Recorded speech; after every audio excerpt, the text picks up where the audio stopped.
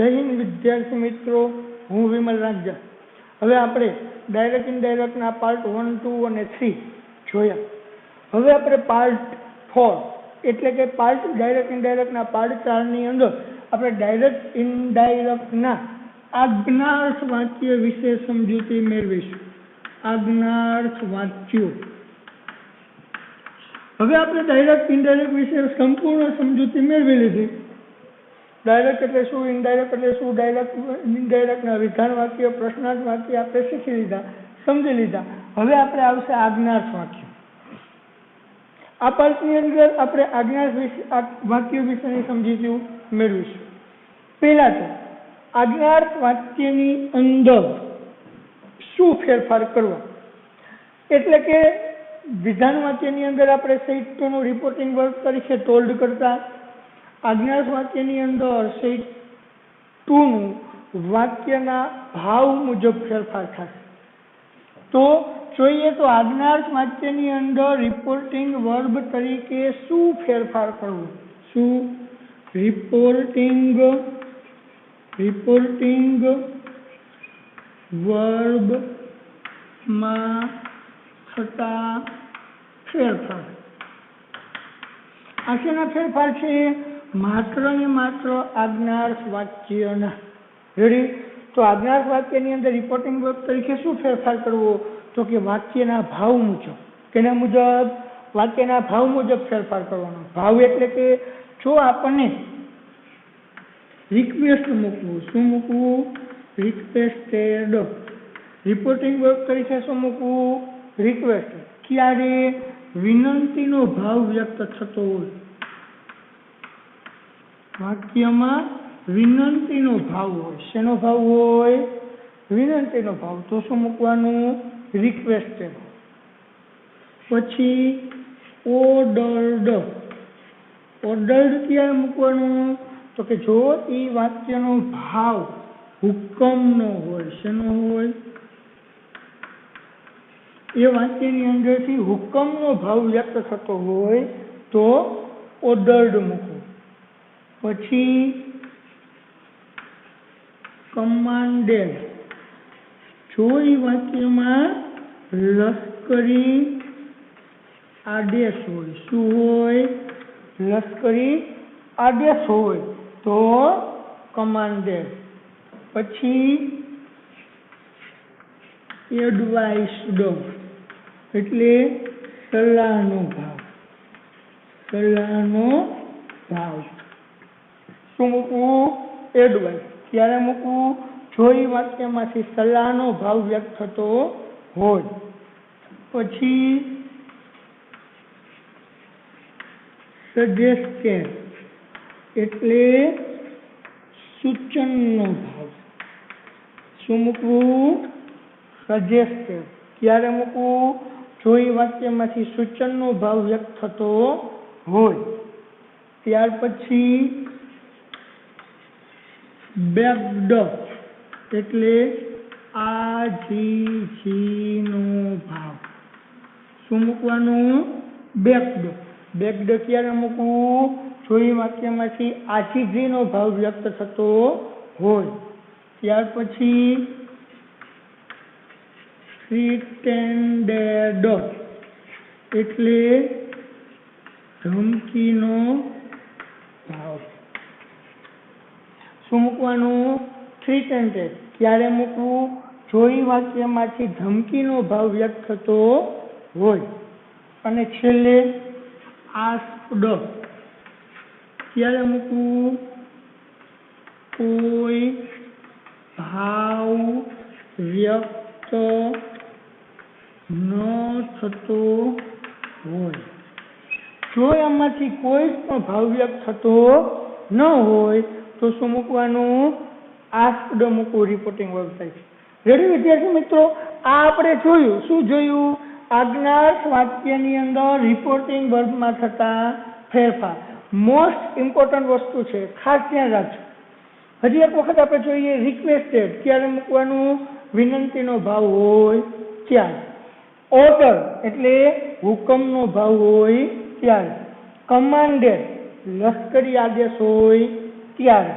એડવાઇસ્ડ સલાહનો ભાવ હોય ત્યારે, સજેસ્ટેડ સૂચનનો ભાવ હોય ત્યારે, બેક્ડ આજીજીનો ભાવ હોય ત્યારે, થ્રીટેન્ટેડ ધમકીનો ભાવ હોય ત્યારે, આસ્ક્ડ એટલે કે જો વાક્યમાંથી કોઈ પણ ભાવ વ્યક્ત ન થતો હોય તો રિપોર્ટિંગ વર્બ તરીકે આસ્ક્ડ મૂકવું.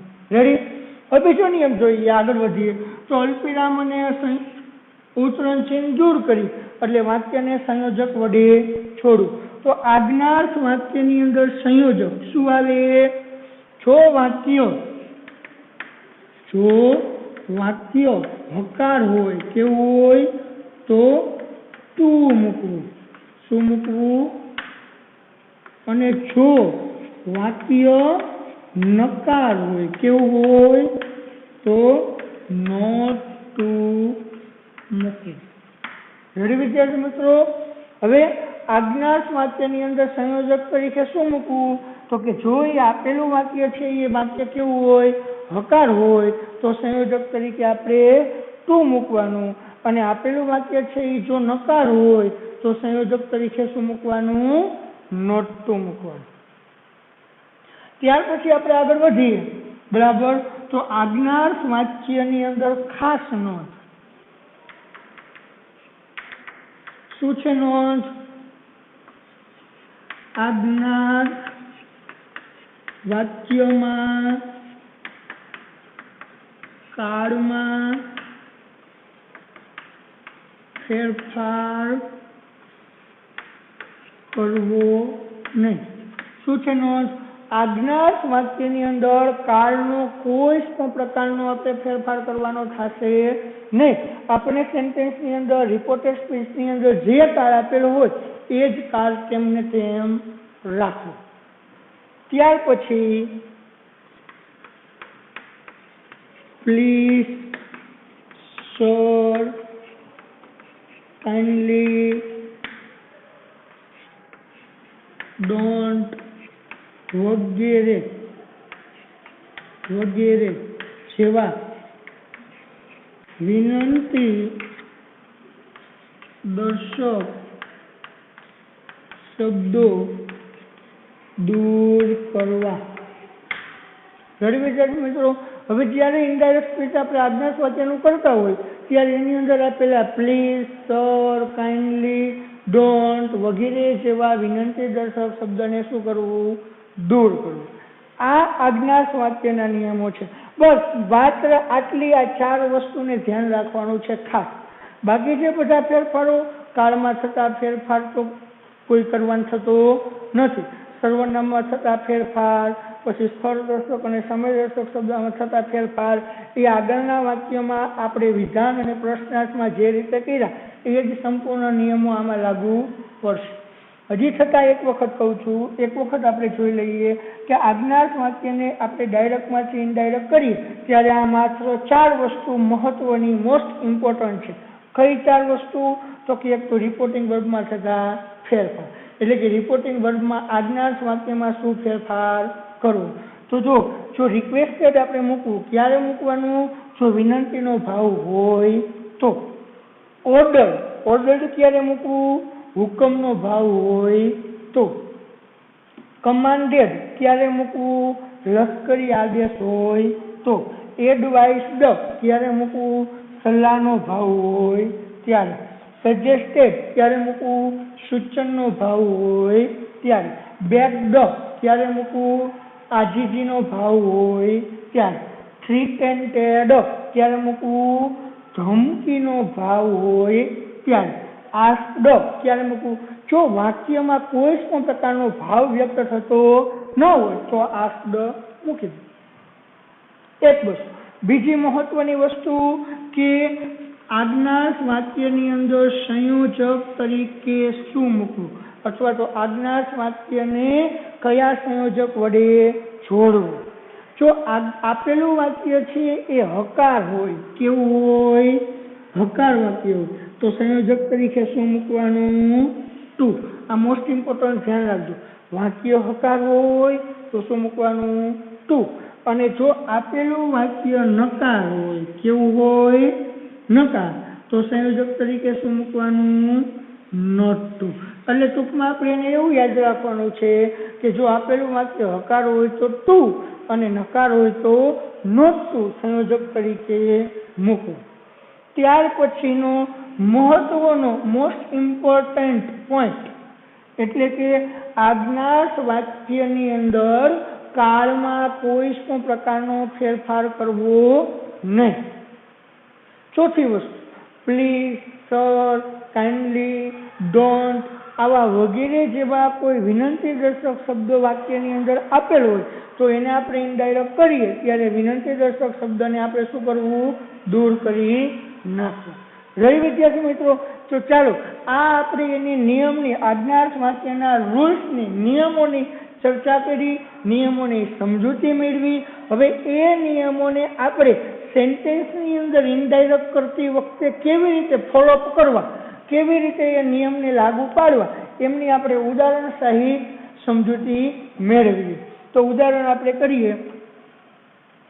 અને હું જરાક બ્લેકબોર્ડને થોડુંક ક્લીન કરી નાખું જેથી કરીને આપણે લખવામાં સરળતા રહે. આ જે મેં નિયમો લખેલા છે એ નિયમોને આપણે આપણી નોટની અંદર એક નોટ કરી લેવા, બરાબર, કે જેથી કરીને પછી આપણે જ્યારે ડાયરેક્ટમાંથી ઇનડાયરેક્ટ ફેરવતી વખતે જો આપણે નિયમોની જરૂર પડે તો એમને જોઈ શકી, રીડ કરી શકીએ. ચાલો જોઈએ. પહેલા વાક્યને આપણે ઇનડાયરેક્ટ સ્પીચની અંદર ટ્રાન્સલેટ કરી. I said to the teacher, મેં શિક્ષકને કહ્યું, please explain this lesson again, મહેરબાની કરીને આ લેસનને મને ફરી પાછું સમજાવો. હવે આ વાક્ય આપણે જોયું તો એ વાક્યની અંદર કોણ બોલે છે? હું. એટલે કે મેં શિક્ષકને કહ્યું, મહેરબાની કરીને મને આ લેસન ફરી પાછું સમજાવો. તો હવે આપણે રિપોર્ટિંગ વર્બનું પહેલા શું કરવું? ગુજરાતી કરી અને એનો ભાવ, એ વાક્યનો ભાવ સમજી લેવો. કારણ કે જ્યારે વાક્યનો આપણે ભાવ સમજશું તો જ આપણને ખ્યાલ આવશે કે રિપોર્ટિંગ વર્બ તરીકે શું મૂકવું. હવે જ્યારે આપણે શિક્ષકને કહેતા હોય, દાખલા તરીકે એ ઉદાહરણ તમારું લઈ લો કે જ્યારે તમે શિક્ષકને કહો કે આ લેસન ફરી પાછું મને સમજાવો તો એ વાક્યનો ભાવ કેવો થાય? તમે કેવા ભાવથી શિક્ષકને રજૂઆત કરતા હોય? તો આપણે એને વિનંતી કરતા હોય, વિનંતી કરી શકીએ કે બરાબર પ્લીઝ મને આ લેસન સમજાવો. તો આ વાક્યનો ભાવ કેવો થયો? રિક્વેસ્ટ, વિનંતી દર્શક. તો વિનંતી દર્શક હોય તો રિપોર્ટિંગ વર્બ તરીકે શું મૂકવું? રિક્વેસ્ટેડ. તો આઈ સેડ ટુ ની જગ્યાએ શું આવશે? વિનંતી દર્શક છે એટલે રિક્વેસ્ટેડ. હવે સાંભળનાર, તો કોણ છે સાંભળનાર? The teacher. રેડી? પેલા બોલનાર, પછી રિપોર્ટિંગ વર્બ. તો આજ્ઞાર્થ વાક્યની અંદર રિપોર્ટિંગ વર્બ કેવી રીતે મૂકવાનું? વાક્યના ભાવ મુજબ. તો ભાવ કેવો છે વાક્યનો? બરાબર, કે please explain this lesson again, આ લેસન મને ફરી પાછું સમજાવો. તો વિનંતીનો ભાવ, તો વિનંતીનો ભાવ એટલે શું આવશે? રિક્વેસ્ટેડ. પછી સાંભળનાર, તો સાંભળનાર કોણ છે? તો ટીચર. હવે આપણે અલ્પવિરામ અને અવતરણ ચિહ્નને દૂર કરીશું. એને દૂર કરી અને વાક્યને યોગ્ય સંયોજક વડે જોડીશું. તો વાક્યમાં આજ્ઞાર્થ વાક્યમાં સંયોજક તરીકે શું આવે? જો વાક્ય હકાર હોય તો ટુ અને જો વાક્ય નકાર હોય તો નોટ ટુ. તો જુઓ જોઈએ આ વાક્ય હકાર છે કે નકાર? આ વાક્ય આપને કેવું લાગે છે? હકાર. તો હકાર છે એટલે એમાં શું આવશે સંયોજક તરીકે? ટુ. હવે પ્લીઝ જેવા વિનંતી દર્શક શબ્દને આપણે શું કરવાનું? દૂર કરી દેવાનું. તો પ્લીઝ નીકળી જશે. હવે આગળ એક્સપ્લેન. એક્સપ્લેન એટલે ક્રિયાપદ. તો ક્રિયાપદ છે પણ આજ્ઞાર્થ વાક્યની અંદર આપણે કાળમાં કોઈ પણ પ્રકારનો ફેરફાર કરવાનો નથી. તો કાળમાં ફેરફાર થશે નહીં એટલે એક્સપ્લેન નું એક્સપ્લેન નો. હવે ધીસ, તો ધીસ નું ધેટ, લેસન નું લેસન, અગેન નું અગેન. રેડી? એકદમ ઈઝી છે વિદ્યાર્થી મિત્રો, પણ ખાસ આમાં ધ્યાન રાખવું વાક્યના ભાવનું.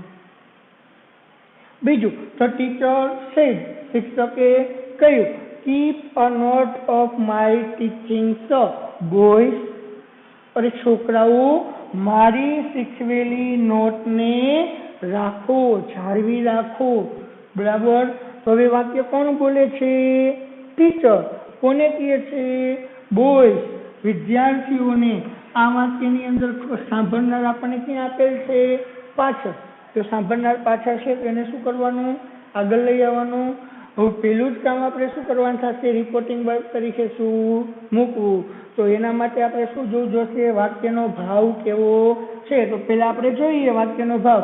હવે શિક્ષક જ્યારે વિદ્યાર્થીઓને કહેતા હોય કે આ મારી શીખવેલી બુક સાચવી રાખો, તો એ કેવો ભાવ હોય? આપણને શું આપતા હોય?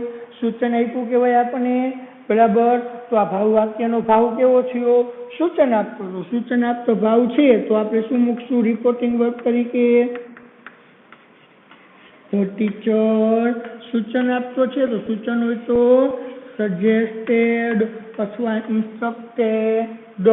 હવે સાંભળનાર પાછળ છે તો પાછળથી આગળ લઈ આવશું તો the boys. Ready.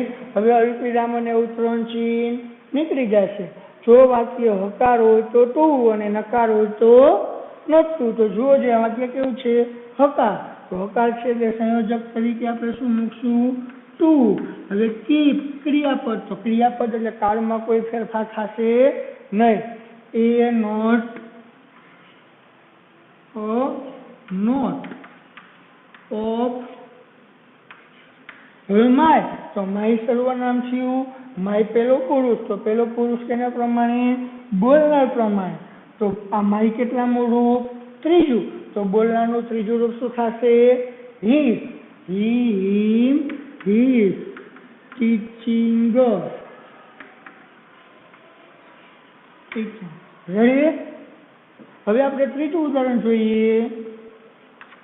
The teacher said to the student. શિક્ષકે વિદ્યાર્થીઓને કહ્યું બી રેગ્યુલર એટલે નિયમિત બનો. તો એના માટે આપણે પહેલા રિપોર્ટિંગ વર્ક તરીકે શું મૂકવું ગોતવું પડશે. તો એના માટે આપણે પહેલા ભાવ જાણવો પડશે. તો ચાલો આપણે જોઈએ ભાવ શું છે. હવે શિક્ષક જ્યારે વિદ્યાર્થીઓને એવું કહે બરાબર કે બી રેગ્યુલર એટલે નિયમિત બનો, નિયમિત રહો, તો એ કેવો ભાવ થાય? એ શું કર્યું કહેવાય? તો કે શિક્ષકે વિદ્યાર્થીઓને સૂચના આપી કહેવાય, સલાહ આપી કહેવાય કે ભાઈ આમ કરાય એમ આમ કરો. તો સલાહ. તો સલાહનો ભાવ હોય તો શું આવે રિપોર્ટિંગ વર્ક તરીકે?